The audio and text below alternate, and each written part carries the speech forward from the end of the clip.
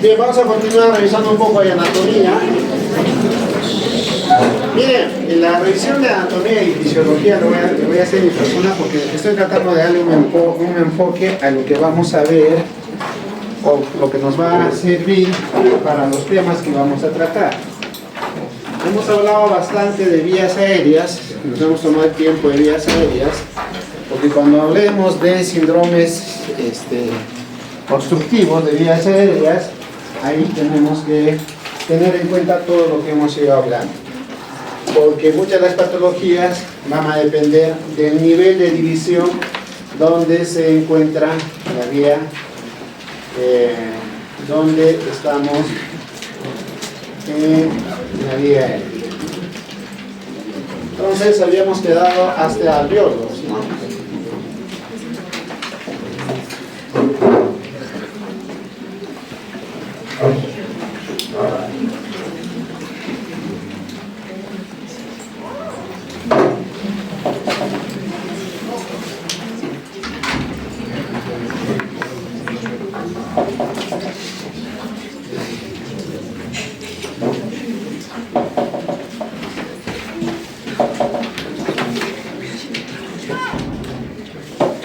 Esto me preguntaron, ¿no? Hemos dicho que la arquitectura histológica y anatómica en las vías aéreas va, si bien es cierto, tiene componentes similares, pero van variando, ¿no? Y hemos hablado bastante, ¿no? Por ejemplo, hemos dicho que las glándulas mucosas hacia la periferia ya no existen. No existen ya glándulas mucosas, no existen cartílagos hacia la periferia. Cuando hablamos hacia la periferia nos estamos refiriendo a bronquiolos respiratorios, alveolos y bronquiolos terminales, que dice bronquiolos. Habíamos estado hablando de los alveolos. Habíamos dicho en la última clase que la pared alveolar consta de varios elementos. Es la pared que va a atravesar el oxígeno y el dióxido de carbono, ¿no? Dijimos que primero está la capa de fluido, el surfactante, el epitelio alveolar, la membrana basal epitelial, el espacio intersticial.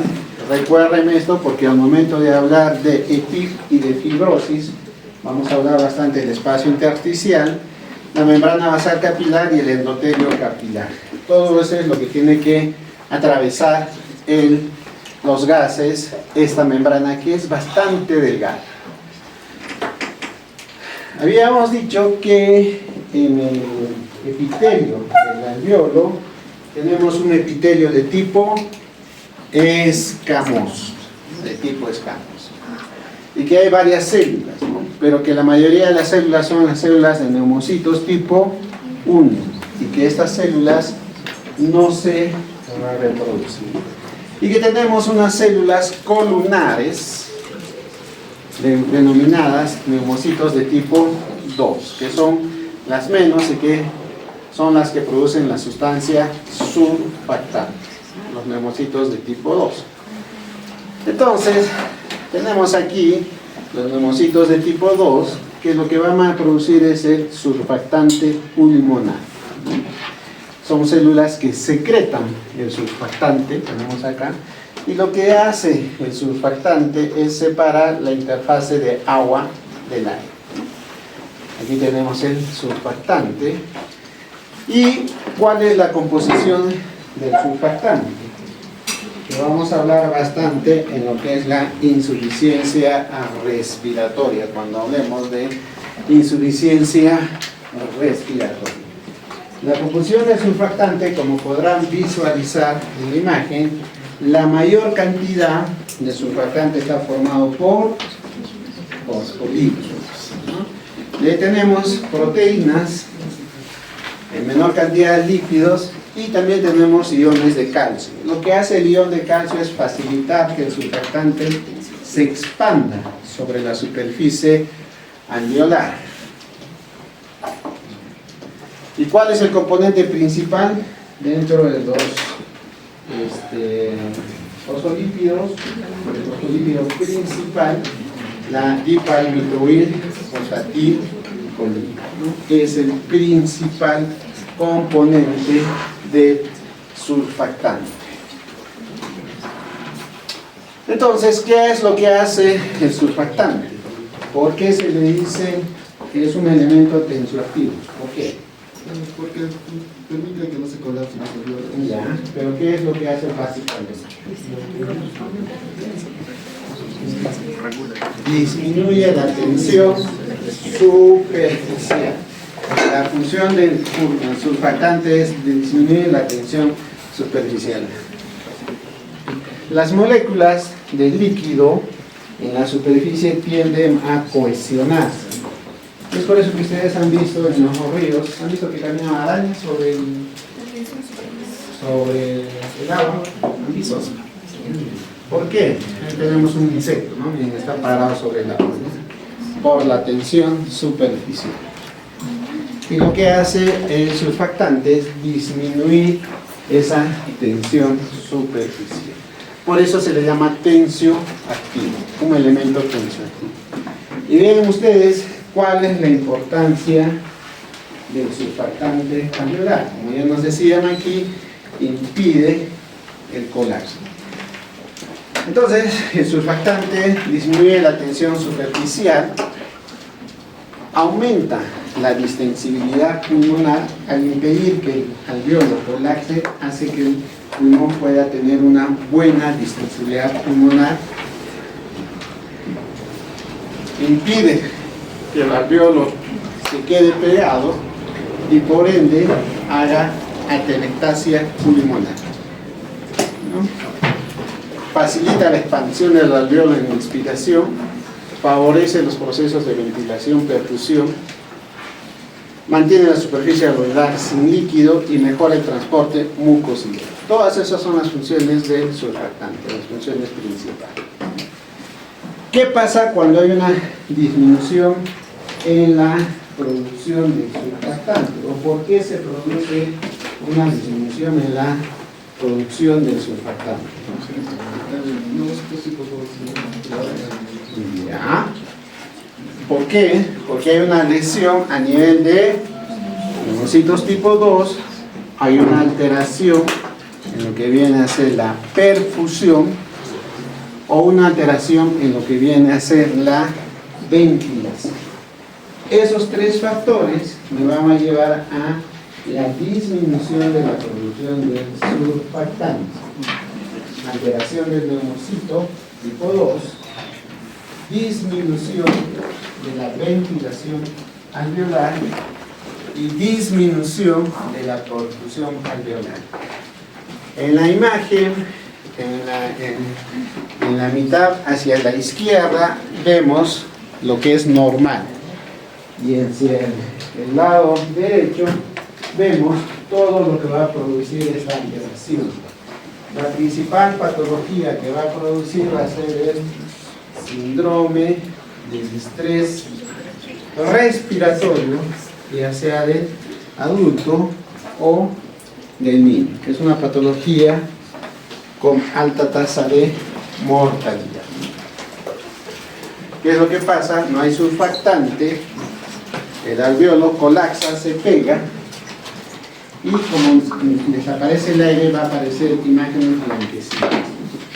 Y ustedes van a escuchar en las visitas pulmón blanco, van a decir, ¿no? ¿Qué es el pulmón blanco? Es un pulmón que tiene varias zonas que han colapsado por un distrés respiratorio del adulto o del niño, básicamente por alteración en la producción del surfactante.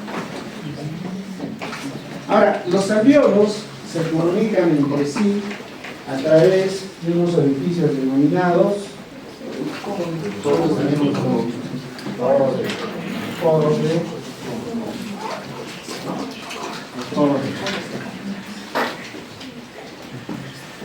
Entonces, esto permite la difusión del aire de los alveolos. ¿Qué pasa si este bronquio se obstruye?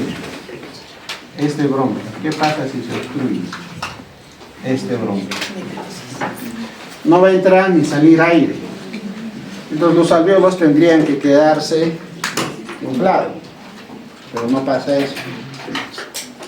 La obstrucción bronquial produce atelectasia. Cuando hablemos de síndromes atelectásicos, vamos a ver que el principal responsable o la principal causa de atelectasia es obstrucción bronquial. Entonces, al ver la obstrucción bronquial, desaparece el espacio del alveolo y se pega. ¿Pero y por qué? Pues si se ha obstruido y se ha quedado aire, no debería pegarse.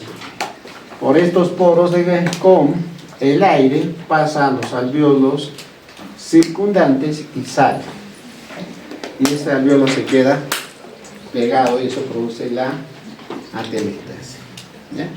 Esa es la función de los poros de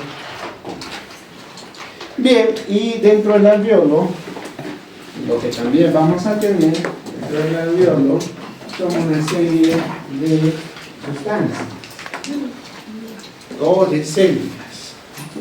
Los principales, los macrófagos. ¿Dónde hay macrófagos? Los macrófagos, recuerden ustedes, que son células de defensa. Los macrófagos los vamos a encontrar adosados a la pared del alveolo, dentro del líquido del surfactante o en la parte externa de los alveolos, porque son sistemas de defensa. Y también vamos a encontrar polimorfos nucleares, ¿no? Como sistema de defensa.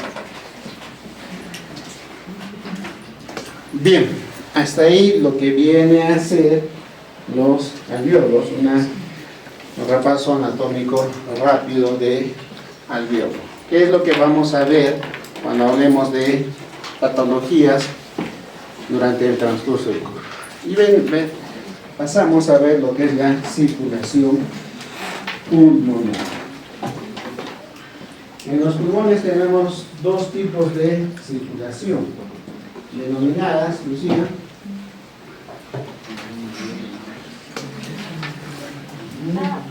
Nori, no le creas a Diego, no le vas a hacer porque lo mismo lo ha hecho.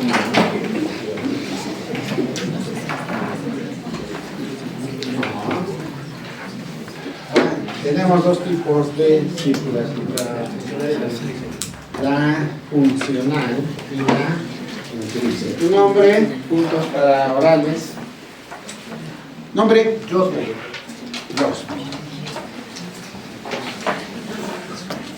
Entonces, en los pulmones, a nivel pulmonar, tenemos dos tipos de circulación, la nutricional y la funcional.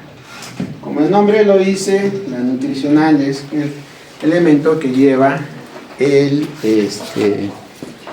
los factores importantes para el tejido pulmonar, que en este caso es oxígeno, ¿no? A lo que viene a ser el componente pulmonar o el tejido pulmonar. Bien, entonces tenemos la irrigación nutricia. ¿Quién da la irrigación nutricia? Las arterias bronquiales. ¿De dónde vienen las arterias bronquiales? De la aorta torácica y de las arterias intercostales. Son las encargadas de llevar oxígeno, ya sea a los bronquios, ya sea al parénquima pulmonar. La irrigación nutricia.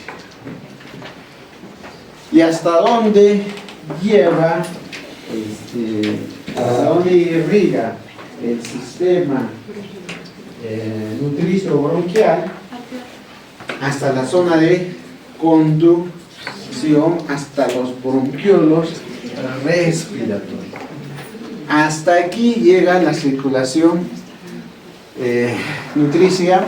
Las arterias bronquiales se dividen hasta aquí, hasta los bronquiolos respiratorios, antes de llegar a los conductos alveolares y los alveolos. Y tenemos la funcional, que está dado por el sistema de la arteria pulmonar. ¿De qué se encarga la funcional? De llevar sangre desoxigenada a lo que viene a ser los pulmones, sangre sin oxígeno, y retornar sangre oxigenada a la aurícula izquierda para que después pase a la circulación general. Ahora, esto porque yo puse acá. Ya. Recuerden que la arteria pulmonar, ¿qué es lo que va a hacer la arteria pulmonar? Debajo del callado aórtico, en el callado aórtico se divide una arteria pulmonar derecha y una arteria pulmonar izquierda. Derecha pulmonar e izquierda. Y va a tener y va a acompañar de manera similar a los bronquios. O sea, hemos visto en vías aéreas que se dividen en bronquios derechos, bronquios izquierdos, bronquios lobulares, bronquios segmentarios, bronquiolos, etc. La arteria pulmonar también va a tener esa distribución. Si está acompañando a un bronquio principal, será pues arteria pulmonar derecha e izquierda. Si está acompañando al bronquio del lóbulo superior derecho, será pues arteria pulmonar superior derecha. Y así por el estilo. Tiene la misma distribución de los bronquios. Pero a diferencia de la nutricional, esta sistema de arteria pulmonar va a llegar hasta los alvéolos. ¿No? Vean acá, llega hasta los alvéolos. La arteria pulmonar llega hasta los alvéolos y recoge la vena pulmonar. ¿Cuál es la característica que tenemos aquí? Vean ustedes, acá tenemos bronquio, vena y arteria. Tiene más o menos el mismo calibre del bronquio que está acompañando. El mismo calibre. Vean acá, ¿no? Más o menos tiene el mismo calibre el bronquio y la arteria pulmonar acompañando. ¿El bronquio de qué está lleno? ¿Qué contiene el bronquio? Aire. ¿Cierto? En la tomografía, ¿cómo lo vamos a ver? Negro. La arteria bronquial, ¿qué contiene? Sangre. ¿Cómo vamos a ver en la tomografía? Blanco. Cierto. Pero la característica es que tiene más o menos la misma distribución o el mismo diámetro. ¿Qué es lo que sucede cuando tenemos bronquiectasis? ¿Qué es lo que sucede? Que vamos a hablar también cuando hablemos de bronquiectasis. La bronquiectasis es la dilatación irreversible del bronquio. Irreversible. Ya no se puede volver a su estado original.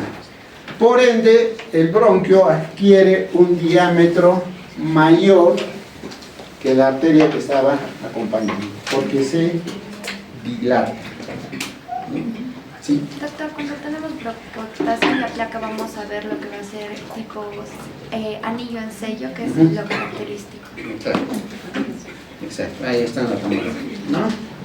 Entonces, eso lo vamos a visualizar en la tomografía como lo que ha denominado anillo de sello. ¿Por qué? Porque el bronquio se ha dilatado más que su arteria acompañante. ¿Cómo lo veo el bronquio? Negro. ¿Cómo lo veo la arteria? Blanca. ¿No? Y eso se denomina anillo en sello, que es un signo tomográfico. Es un signo tomográfico de bronquiectasis. ¿Tu apellido, doctora? Rojas Garrido. Rojas. Ok. Entonces, cuando hablemos de bronquiectasia, el que va a hablar de bronquiectasia y va a hablar de radiología, tiene que recordar que hemos hablado de esto, del anillo en sello. Y hace la referencia, ¿han visto las películas medievales? Donde el duque, el rey agarraba su anillo y sellado, ¿no? De ahí viene el nombre de anillo de sello. ¿Cuál es la característica de las arterias pulmonares en relación a las arterias sistémicas? La primera característica es que son más distensibles. ¿Qué significa eso? ¿Qué tal el sueño? ¿Qué significa eso? Son más distensibles.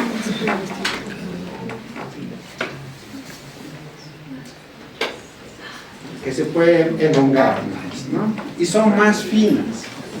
¿Por qué son más finas que la arteria sistémicas? Porque tienen pocas fibras musculares. Además de que es como tienen tanto recorrido, llegan a los lechos capilares. Por Claro, eso, más distendidas. Quería mencionar lo de la capa muscular que va bajando en relación al calibre y eso es lo que le da la propiedad de distensión. La arteria pulmonar per se tiene poca fibra muscular en comparación a la aorta. Si pudiésemos ver, la pared de la arteria pulmonar es mucho más delgada que la pared de la aorta. Por una cuestión muy básica, ¿no? La aorta tiene que cruzar sangre a todo el organismo, ¿no? Por lo tanto su pared tiene que ser más fuerte. Como dicen ustedes, la aorta tiene que estar bien mamada, bien fuerte, que puede impulsar sangre. La arteria pulmonar impulsa sangre solo hasta los pulmones, ¿ya? Y eso también tiene que ver mucho en lo que denominamos como hipertensión. Hablamos de hipertensión sistémica cuando la presión arterial sistólica es mayor de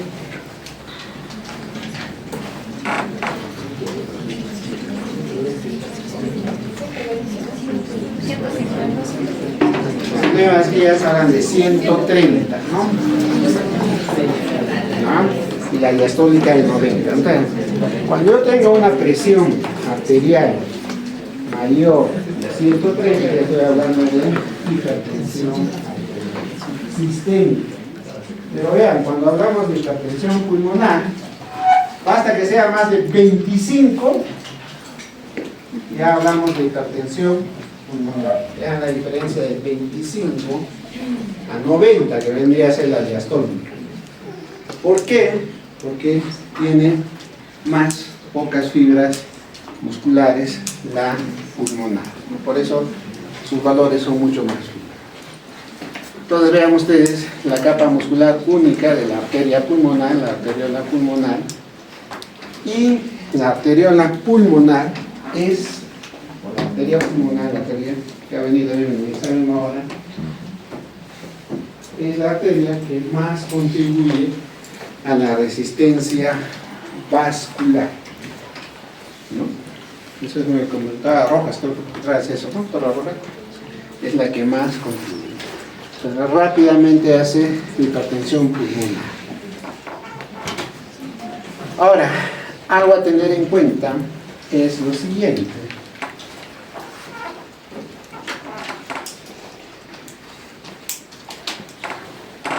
Hemos hablado de circulación nutricia y circulación funcional. Entonces, la circulación nutricia van las arterias bronquiales, irriga el parénquima pulmonar, llevan sangre oxigenada y retornan a través de las venas bronquiales trayendo sangre. Si la arteria bronquial lleva sangre oxigenada, la vena bronquial que trae sangre desoxigenada. ¿Dónde drenan las venas bronquiales? En ácigos y finalmente en la aurícula izquierda. Entonces hay un porcentaje de sangre desoxigenada que está llegando a la aurícula izquierda. El sistema pulmonar lleva, las arterias pulmonares llevan el ventrículo derecho sangre sin oxígeno al pulmón y regresan las venas pulmonares con sangre rica en oxígeno que van a desembocar ¿dónde? En la aurícula izquierda. Pero vean, hay un porcentaje de sangre que está desembocando en la aurícula izquierda que no tiene oxígeno. Y eso es lo que produce el shunt y fisiológico. Por eso no tenemos saturación de oxígeno al 100% en la arteria o en la aurícula izquierda, por esta presencia de shunt fisiológico dado por la desembocadura de las venas bronquiales en lo que viene a ser la aurícula izquierda. Ahí se produce el shunt. En cuanto a los linfáticos, recuerden que a nivel de las paredes de los alvéolos no hay linfáticos. Eso fue pregunta de hace 2 años. Ya no hay linfáticos. En las paredes de los alvéolos solo tenemos arteria pulmonar, vena pulmonar.